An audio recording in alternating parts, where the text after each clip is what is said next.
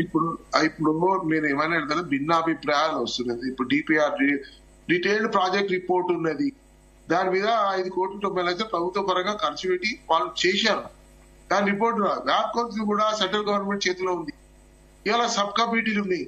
ఎట్లా మాట్లాడతాడు ఒక ఫైనాన్స్ మినిస్టర్, మాజీ మినిస్టర్, నాకేం సంబంధాల మీద ఆడిట్ ఆ కార్పొరేషన్ వాళ్ళు పెట్టారు, ఆ కార్పొరేషన్ కి తెలుసు, మాకేం తెలియదని మాట్లాడుతుంటే దీనికి వాళ్ళ ఎంక్వైరీ. అందుకే కదా ఇంత డిలే అవడానికి, ఏది యథార్థాలు చెప్తారేమో అది ఇమీడియట్ గా డిస్పోజ్ అవుతుంటాయి.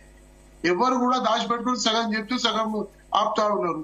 ఎక్కడో అక్కడ నిజాయితీగా ఏ ఒక్కరన్నా ముందుకు వచ్చి కరెక్ట్ ఉన్నది అంటే అది కూడా ఈ రోజు మనము మా పని చేసే పని ఏంది, అక్కడ జరిగిన అన్యాయం ఏంది, ఖర్చు ఏంది, మంచి ఏంది, చెడ్డ ఏందని రకరకాల ఎంక్వైరీలు జరుగుతూ ఉన్నాయి. ఏ కమిటీకి ఆ కమిటీ జరుగుతుంది. ఈటెల రాజేందర్ ప్రమేయం ఉందంటారా రమేష్ గారు? ఈటెల రాజేందర్ కి కంపల్సరీ ప్రమేయం ఉందంటారా? 100%. ఆయన ఆర్థిక మంత్రి, ఆయనకు లేకుంటే ఉంటది. ఆయన వ్యాపారస్తులు క్యాబినెట్ డిసిషన్ అని చెప్తా ఉన్నారు కదా, ఆ క్యాబినెట్ డిసిషన్ లో తుమ్మల నాగేశ్వరరావు గారు ఉన్నారు కదా. నేను అనేది అది మీరు అన్నారా? ఫైనాన్స్ మినిస్టర్ మన హరీష్ రావు ఇద్దరు కలిసి సబ్ కమిటీ ఇచ్చారు. నేను అనేది ఆ సబ్ కమిటీ ద్వారా ఈ కేసీఆర్ అదే సబ్ కమిటీలో అదే సబ్ కమిటీలో తుమ్మల నాగేశ్వరరావు గారు ఉన్నారు. ఎందుకు వారికి నోటీసులు ఇవ్వట్లేదు? కేవలం ప్రతిపక్షాన్ని మీద పడుతున్నారు. క్యాబినెట్ దానిలో ఉన్న మీటింగ్ లో ఉండొచ్చు కానీ సబ్ కమిటీలో లేదు. మీరు బెదిరింపు రాజకీయాలకు పాల్పడుతున్నారనేది ఆరోపణ ఇక్కడ. లేదు, అవన్నీ బెదిరింపులు ఇవన్నీ అవి పక్కన పెట్టండి. ఇది ఏంటంటే రాజకీయ పబ్బం గడుపుకుంటానికి మాట్లాడే మాట తప్పితే ఇది ఏం లేదు. ఆయన 2-4 ధోరణి మొదటి నుంచి కూడా ఆయన అట్లే. ఆయన ఒక డమ్మీ అని ఒప్పుకున్నాడు. ఆయన ఒక డమ్మీ క్యాండిడేట్, నా చదువు లేదు, సంధ్య లేదు, నాకు ఆర్థిక మంత్రి ఉడికనే ఇచ్చిర్రు, నన్ను వాడుకున్నారనే విధానంగా మాట్లాడి అది కాదండి సమంజసం కాదు. ఇవాళ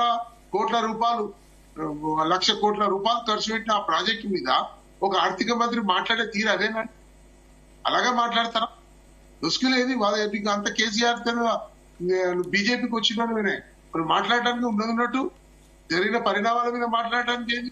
అక్కడ కూడా కుమ్ముక్కి అయిపోతుంది. అనేది ఏంటంటే ఇప్పుడు ఉన్న దానిలో వీళ్ళు ఇచ్చిన రిపోర్ట్ కానీ, కార్పోర్ట్ కానీ, ఈ సబ్ కమిటీలు ఇచ్చిన రిపోర్ట్ కానీ అన్ని ఎంక్వైరీ జరుగుతా ఉన్నాయి. ఇంతమందిని ఎంక్వైరీ చేసారు. లోపల జైలుకి ఎవరు పోతాడు, ఎవరు వస్తాడు, ఎవరు పోతాడు? ఇటీవల కాంగ్రెస్ మీద నిందలేయడం అన్యాయం. ఇప్పటికీ కూడా ఎంక్వైరీ పెట్టారో వాళ్ళు రిపోర్టు లేట్ అవుతుంది తప్పితే కాంగ్రెస్ కి దాని వెనుకనే ఉంటదని అంటే మీరేమో చేస్తున్నారంట. ఇప్పటికీ కూడా లేకుండా వాళ్ళకు ఇండిపెండెంట్ ఛార్జ్ ఇచ్చి ఎంక్వైరీకి పెట్టారు. ఇప్పటికీ కూడా ఈటెల గారు ఒక నిమిషం రమేష్ గారు మీతో మాట్లాడుతాను. రైట్, ఇప్పటికి కూడా ఈటెల రాజేందర్ గారు కేసీఆర్ గారు చెప్పినట్టు నడుచుకుంటున్నారు అనే దానికి మీ సమాధానం? ఎందుకంటే ఎక్కడ కూడా ఎటువంటి సమాధానాలు చెప్పలేదు, పచ్చి అబద్ధాలు ఆడుతున్నారని కాంగ్రెస్ వాళ్ళు ఆరోపిస్తా ఉన్నారు. ఇప్పుడు కమిషన్ ఎంక్వైరీ చేస్తుంది కదా, ఏది నిజం ఏది అబద్ధం, ఎవరు బాధ్యులు ఎవరు బాధ్యత లేదు ఇందులో, ఎవరు కారకులు, ఇవన్నిటి కూడాను ఆర్థిక నష్టం గురించి కావచ్చు, లేకుంటే ఆ ప్రాజెక్ట్ ఫెయిల్యూర్నెస్ గురించి కావచ్చు, లేకుంటే ప్రాజెక్ట్ రిపోర్ట్ తయారు చేసిన వాళ్ళ గురించి కావచ్చు, లేదంటే ప్రాజెక్ట్ తయారు చేసినట్టు ఇంజనీర్లు కూడా కావచ్చు. ఎవరితో బయట పడని కదా, తొందర ఎందుకు? ఇంకా ఎవరైనా పిలిస్తే పిలవాలన్నప్పుడు పిలవని. అంత గురించి కల్లూరు గారు చెప్పినట్టు తుమ్మల నాగేశ్వరరావు గారు కూడా పిలవని. ఇంకా పేర్లు ఎక్స్టెండ్ కావచ్చు. అంటే 115 వ్యక్తిగా కేసీఆర్ గారు నాకు తెలిసి 115 వ్యక్తిగా చివరిగా కేసీఆర్ గారు ఉన్నారు. తుమ్మల నాగేశ్వరరావు పేరు ఎక్కడ కూడా ప్రస్తావించలేదు ఇప్పటి వరకు. అంటే నోటీసులు ఇస్తారో ఎవరో కూడా తెలియని పరిస్థితి నెలకొంది కదా. కాబట్టి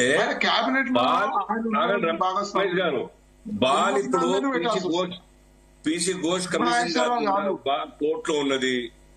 అక్కడ వాస్తవాలన్నీ కూడా రికార్డ్ అవుతా ఉన్నాయి. కొద్దిమంది అధికారులు కూడా వారి అఫిడవిట్ ఇవ్వడం జరిగింది.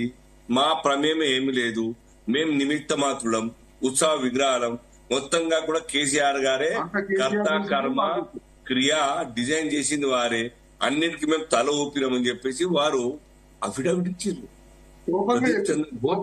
ఇది మామూలు విషయం కాదు. సో ఎవరైనా తప్పు చేసి ఉంటే వారు బాధ్యత వహించాలనేదా? ఈ హక్కు 5 ఏళ్ల కోసం ప్రజలు ప్రభుత్వంగా మిమ్మల్ని అధికారం ఇస్తే మీరు ఇష్టారాజ్యంగా రాష్ట్రాన్ని నష్టం చేస్తా అంటే దాన్ని నష్టం జరిగినప్పుడు బాధ్యత ఎవరు వహించారండి? కోట్ల రూపాయల ఖర్చు ప్రజల మీద మోపేటువంటి ఈ యొక్క ట్యాక్సులు, ప్రజలు కట్టే ట్యాక్స్ డబ్బులు మీ ఇష్టంగా అడిగేస్తారా? అడిగే వాళ్ళు ఉండద్దా? కాబట్టి ఇప్పుడు తప్పు అని చెప్పే వాళ్ళందరం కూడాను ప్రభుత్వం, రాష్ట్ర ప్రభుత్వం ఉన్నది ఇక్కడ. కాంగ్రెస్ సర్కార్ చాలా సీరియస్ గా తీసుకోవాలి. వాటి వాస్తవాలని కూడా మొత్తం కూడా పాతంలో దాచిపెట్టినా వాటిని బయటకు తీయాలి. అంతేగాని మా కమిషన్ ఎంక్వైరీ నడుతున్నప్పుడు ఇంకోళ్ళ మీద మాట్లాడడం కాదు. మేము ఎంత స్పష్టంగా చెప్తున్నాం, వాస్తవాలు బయటకు రావాలి, నిజాలు బయటకు రావాలి. తప్పు చేసిన వాళ్ళకు శిక్ష పడాలి. ఒక కేసులో మొన్న మధ్య జరిగినటువంటి ఇదే ఎంక్వైరీలో బిజినెస్ కమిషన్ రిపోర్ట్ వచ్చింది కదా, 17 మంది సబ్జెక్టు కరెక్షన్, 17-23 అధికారుల నుంచి వారి దోషులు తప్పు, వాళ్ళ నుంచి రికవరీ చేయాలి అమౌంట్ అని చెప్పేసి చెప్పడం జరిగింది విజిలెన్స్ రిపోర్ట్. ఓకే విజయ్ గారు, కాళేశ్వరం అంటేనే ఆర్థిక అవకతవకలు అన్నదానికి మీ సమాధానం ఏం చెప్తారు? సార్, ఇప్పుడు ఒక్క కాళేశ్వరం భారతదేశంలో లేదు కదండి. భారతదేశం అంటేనే నీటి ప్రాజెక్టులతోటి కూడుకొని ఉన్నది. ఆ నీటి ప్రాజెక్టులు ఒక్క మా బీఆర్ఎస్ పార్టీ నీటి ప్రాజెక్టుల నిర్మాణం మా ఒక్క బీఆర్ఎస్ పార్టీ చేయలేదు కదా. దీంట్లో అన్ని పార్టీలు ఆయా పరిపాలనా కాలంలో వాళ్ళు చేశారు. ఇందులో మాకు స్వరాష్ట్రం వచ్చిన తర్వాత మాకు అవకాశం వచ్చింది. మేము నీటి ప్రాజెక్టులను, విద్యుత్ ప్రాజెక్టులను, ఇండస్ట్రియల్ ప్రాజెక్టులను, ఇన్ఫ్రాస్ట్రక్చర్ డెవలప్మెంట్ చేసి బంగారుపల్లి కాంగ్రెస్ చేతిలో పెట్టినాం. ఈ కీర్తి ప్రతిష్టలు ఎక్కడ కేసీఆర్ కు ఉండడం వల్ల రేపు పొద్దుగాల, ఎందుకంటే 16,500 కోట్ల నుంచి 32,000 కోట్లకు పెరిగింది, 32,000 కోట్ల నుంచి 68,000 కోట్లకు, 1,00,000 కోట్లకు. దీంట్లో అవకతవకలు జరిగే అవకాశమే లేదంటారా? లేదండి. ఎందుకు పెంచుకుంటూ పోవాల్సి వచ్చింది విజయార్య గారు? అదే ఒక్క నిమిషం. ఎప్పుడు కూడా ప్రాజెక్టులు ఈ రోజు 16,000 కోట్ల రూపాయలు పోయి 35,000 కోట్ల రూపాయలకు ఎవరు మన రాజశేఖర రెడ్డి గారు పెంచిన మాట ఇంతకుముందు శ్రీనివాసరావు గారు చెప్పారు, అల్జాపూర్ శ్రీనివాస్ గారు చెప్పారు. అట్లనే